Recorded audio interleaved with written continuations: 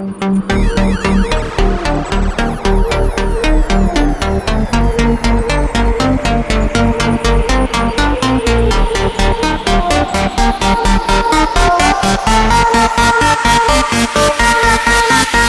right, gang, you're in for a special treat today. We're going to learn a lot and learn about someone very new for us, but it comes with an absolutely awesome message. So I'm excited to really share this time with you. We've got Dr. Jaylene Bair. And from the conversations we've had, and I literally just told her, it's like everything she talks about emanates from a space of love, which is cool. She's from Cary, North Carolina. The name of her practice is Harmony Family Chiropractic. You don't get much better than that to explain what we do. But what we want to find out from Miss Jaylene here is what created her Harmony and put her on this walk in life and where she is now. So welcome, girl. How are you? Thank you. I am wonderful. Thank you for having me. This is awesome. So basically, we got to know each other a little bit through DE, right? And Instagram. Yes. And communicating, and you reached out and said, hey, I got a message I want to share. And I can't say no to that, man. So where are you from? Did you grow up in North Carolina? So I grew up in Pennsylvania, central Pennsylvania, outside of State College. Okay. Now, what was your background? You look like you'd be athletic. Were you athletic growing up? I was very into volleyball and pole vaulting in track and field. Pole vaulting? Yeah. That is, I see these people doing that. There's that first time you grab a pole, run down the runway, we'll call it, and stick it in the, does anyone ever just stick it in their stomach and wake up tomorrow? It's not the sticking in their stomach part. It's the missing where the pole is supposed to go into the ground.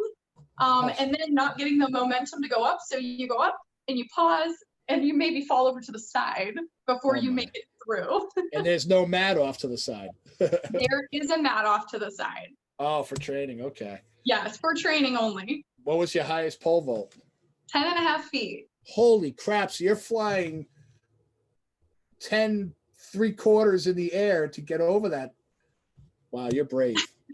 When you're young, you're brave. I don't think I know today. Yeah, well, that I'm sure that subluxated you. That's for sure. Definitely. Are you an only child? Do you have siblings? I have 3 brothers. I have 1 younger and 2 older brothers that all live in Pennsylvania or Maryland. Wow. So you're a tough girl.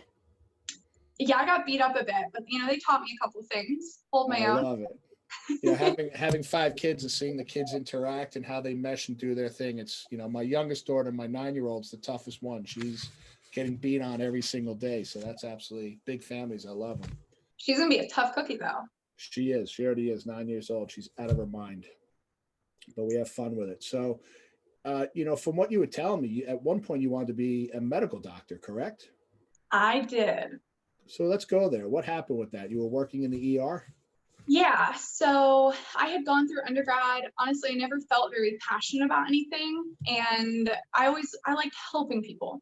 I won't say that I was passionate about going to medical school. It was just, that's where my path was taking me. I had gone through the pre-med degree, the biology and the organic chemistry, and that seemed like the next thing.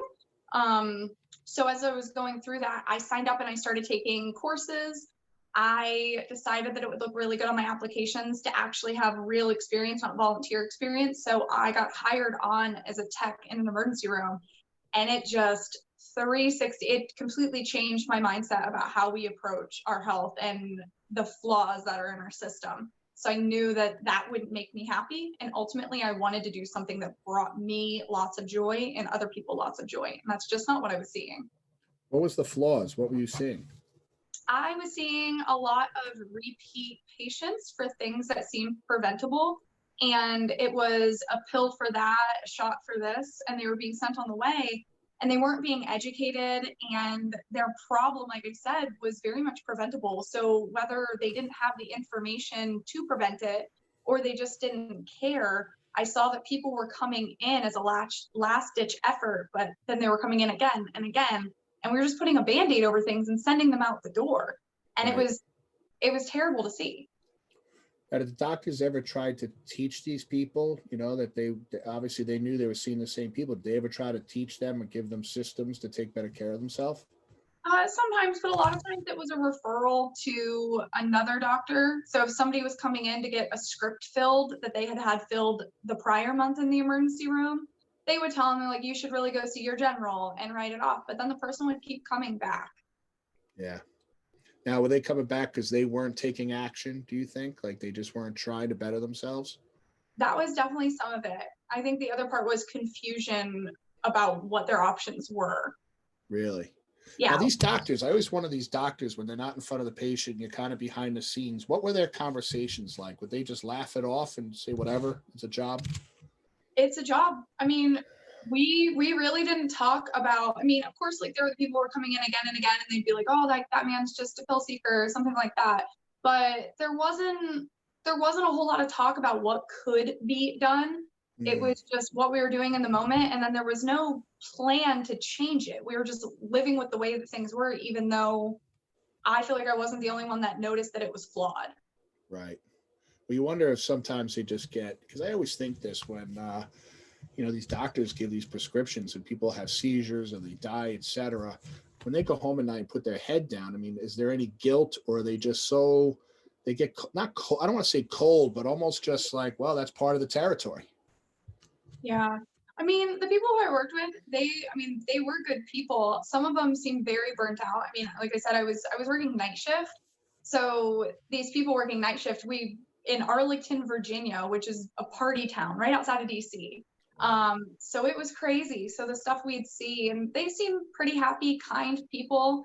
But we did have conversations during shift meetings about things that went wrong, but it was more like procedure wise, what we could make different. Like we were awarded for our patient care and stuff. So if a patient said something positive about us, you were rewarded for that. Okay. But we didn't really dive into, at least on my side, because I was a tech, and I wasn't a part of the doctor meetings. I never saw us dive into that stuff. So now you're on your way to medical school. You're living in that world. What happened that just shifted your brain in another direction? I had to hold a baby for a spinal tap. I think that was probably my breaking point. Wow. And I think that it was necessary. I think that there's a time and a place, but that was kind of my breaking point. I recognized that that wasn't bringing me joy.